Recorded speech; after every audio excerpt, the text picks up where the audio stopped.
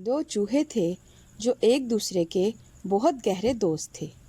ایک چوہا شہر کی ایک حویلی میں بل بنا کر رہتا تھا اور دوسرا پہاڑوں کے درمیان ایک گاؤں میں رہتا تھا۔ گاؤں اور شہر میں فاصلہ بہت تھا، اس لیے وہ کبھی کبھار ہی ایک دوسرے سے ملتے تھے۔ ایک دن جو ملاقات ہوئی تو گاؤں کے چوہے نے اپنے دوست شہری چوہے سے کہا، بھائی، ہم دونوں ایک دوسرے کے گہرے دوست ہیں، کسی دن میرے گھر تو آئیے اور ساتھ کھانا کھائیے۔ شہری چوہے نے اس کی دعوت قبول کر لی اور مقررہ دن وہاں پہنچ گیا۔ گاؤں کا چوہا بہت عزت سے پیش آیا اور اپنے دوست کی خاطر مدارت میں کوئی کسر اٹھا نہ رکھی۔ کھانے میں مٹر، گوشت کے ٹکڑے، آٹا اور پنیر اور میٹھے میں پکے ہوئے سیب کے تازہ ٹکڑے اس کے سامنے لا کر رکھے۔ شہری چوہا کھاتا رہا اور خود اس کے پاس بیٹھا میٹھی میٹھی باتیں کرتا رہا، اس اندیشے سے کہیں مہمان کو کھانا کم نہ پڑ جائے۔ وہ خود گیہوں کی بالی منہ میں لے کر آہستہ آہستہ چباتا رہا۔ جب شہری چوہا کھانا کھا چکا تو اس نے کہا، ارے یار جانی، اگر اجازت ہو تو میں کچھ کہوں؟ گاؤں کے چوہے نے کہا، کہو بھائی، ایسی کیا بات ہے؟ شہری چوہے نے کہا، تم ایسے خراب اور گندے بل میں کیوں رہتے ہو؟ اس جگہ میں نہ صفائی ہے اور نہ رونق، چاروں طرف پہاڑ، ندی اور نالے ہیں، دور دور تک کوئی نظر نہیں آتا۔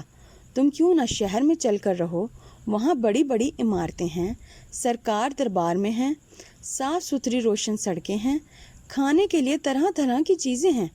آخر یہ 2 دن کی زندگی ہے، جو وقت ہنسی خوشی اور آرام سے گزر جائے وہ غنیمت ہے۔ بس اب تم میرے ساتھ چلو، دونوں پاس رہیں گے، باقی زندگی آرام سے گزرے گی۔ گاؤں کے چوہے کو اپنے دوست کی باتیں اچھی لگی اور وہ شہر چلنے پر راضی ہو گیا۔ شام کے وقت چل کر دونوں دوست آدھی رات کے قریب شہر کی اس حویلی میں جا پہنچے جہاں شہری چوہے کا بل تھا۔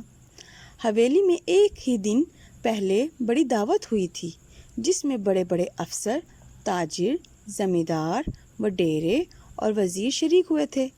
وہاں پہنچے تو دیکھا کہ حویلی کے نوکروں نے اچھے اچھے کھانے کھڑکیوں کے پیچھے چھپا رکھے ہیں۔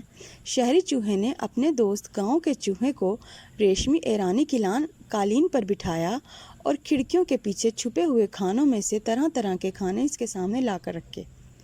مہمان چوہا کھاتا جاتا اور خوش ہو کر کہتا جاتا، واہ یار، کیا مزیدار کھانے ہیں، ایسے کھانے میں نے خواب میں بھی نہیں دیکھے تھے۔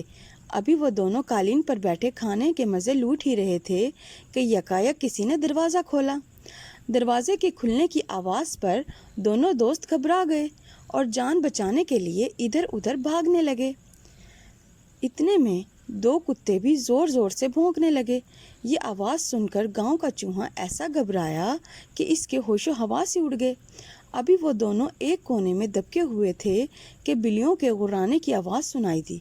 گاؤں کے چوہے نے گھبرا کر اپنے دوست شہری چوہے سے کہا، اے بھائی، اگر شہر میں ایسا مزہ اور یہ زندگی ہے تو تم کو مبارک ہو، میں تو باز آیا ایسی خوشی سے، تو مجھے اپنا گاؤں، اپنا گندا بل اور مٹر کے دانے ہی خوب ہیں۔